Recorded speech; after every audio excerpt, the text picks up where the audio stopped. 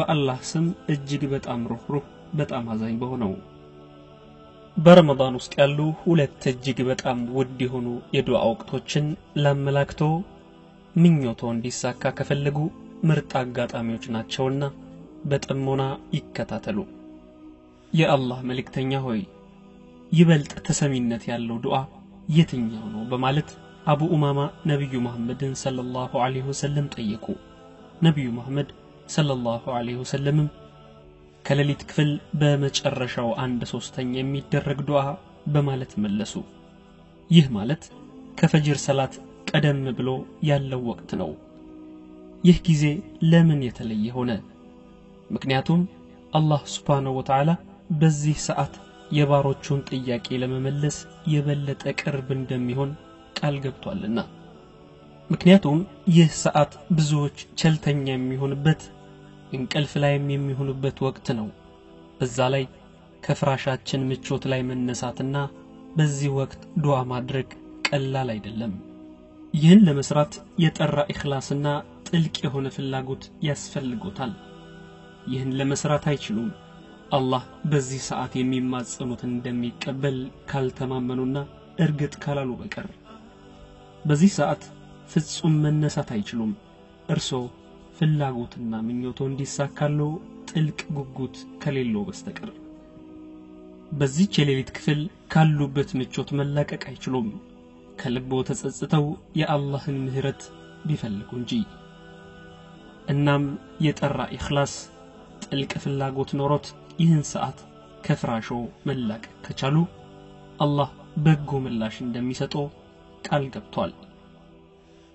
አላህ ሱብሓነሁ ወተዓላ ማን ነው የሚለምነኝ ፍላጎቱን የማሟላለት በማለት ይጠይቃል። አላህ ሱብሓነሁ ወተዓላ በዚህ ሰዓት የሚጠይቁትን ሁሉ ሊሰጠው ቃል ገብቷል። አላህ እንዲህ ብሏል፣ ማን ነው የሚጠይቀኝ ፍላጎቱን የምሰጠው? አላህ ሊምሮ ቃል ገብቷል። እርሶ በዚህ ሰዓት ምህረቱን ከተማጸኑ እርሱም ይላል፣ ማን ነው ምህረቴን የሚሻ እኔ የምምረው? ስለዚህ ይህ ሰዓት ሊያመልጦ የማይገባ ልዩ ሰዓት ነው። ይህ እድል በረመዳን ብቻም አይደለም። ይህን ኖር ልዩ የሚያደርገው ሰዓቱን የበለጠ ውድ ስለሚያደርገው ነው። ከረመዳን ውጪ ካለው አንፃር ስናይ በረመዳን ይህን ወቅት ማግኘት ቀላል ነው። ምክንያቱም ስሁር ለመመገብ ይነሳሉና። ስሁር መመገብ ሱና ነው። ነብዩ መሐመድም ሰለላሁ ዐለይሂ ወሰለም አበረታተዋል ስሁርን መመገብ በረካ ነው በማለት። ስለዚህ በአንድ ብርጭቆ ውሃም ቢሆን ስሁር እንዳያመልጦ። ስሁር መመገብ እጅግ አስፈላጊ ነው። ምክንያቱም ጥንካሬ በመስጠት ቀኑን በሙሉ አላህን እንዲገዙ ብርታት ይሰጦታልና ለሰላት፣ ለቁርአን፣ ለዚክርና ለሌሎችም ኢባዳዎች። በረመዳን በእጅጉ የተራበሰው ኢባዳዎችን ማከናወን አይችልም። ንቃት ይጎድለዋል፣ የኢባዳ ስሜት አይኖረውም። እናም ረመዳን ከምግብና ከመጠጥ ብቻ መራቅ አይደለም፣ መጥፎ ንግግርና አጓጉል ባህሪ ማስወገድንም ይጨምራል። የአላህ መልእክተኛ ሰለላሁ ዐለይሂ ወሰለም እንዲህ ብለዋል፣ ከመካከላችሁ አንዳችሁ ከተሰደበ በአንዳች ጉዳይ ከተበሳጨ ኢኒ ሷኢም እኔ ጾመኛ ነኝ ይበል።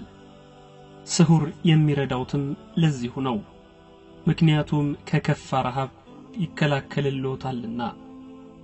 ረሃብ መጥፎ ባህሪያት እንዲያገርሹ በማድረግ መልካም ምንዳውትን ይሸረሽርቦታል። ስለዚህ ለስሁር መነሳቶን ፍጹም እንዳይዘነጉ።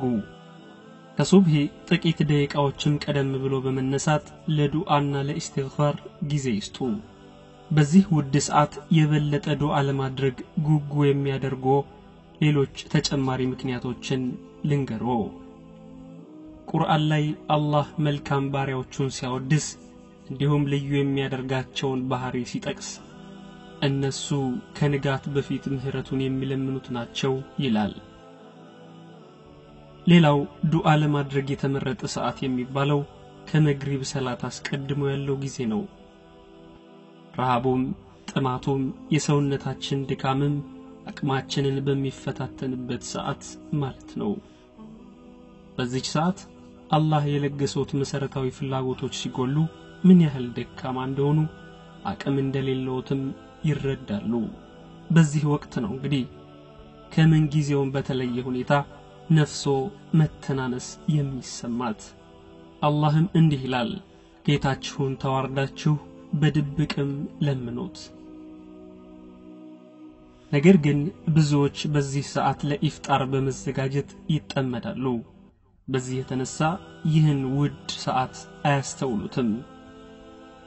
በተለይ ውድ እህቶቼ እስቲ በዚህ ረመዳን ዱዓና ኢስቲግፋር ለማድረግ ከኢፍጣር በፊት ሽርጉዶን ለደቂቃዎች ቆም አድርገው ዱዓና ኢስቲግፋር ያድርጉ። አላህ ከረመዳን የተባረኩ ሰዓቶች ውስጥም የተጠቀሙ ያድርገን። አሚን። እውን ይህ ቪዲዮ ምርጥ የዱዓ ሰዓቶችን ለመጠቀም ጉጉ እንዲሆኑ አድርጎታል? አዎ ካሉ ይህን ቪዲዮ ሼር በማድረግ ከአጅሩ ተቋዳሽ ይሁኑ። በቀጣይም ተመሳሳይ ቪዲዮዎችን ለማግኘት ከስር ያለውን ሊንክ በመጫን ሰብስክራይብ ያድርጉ።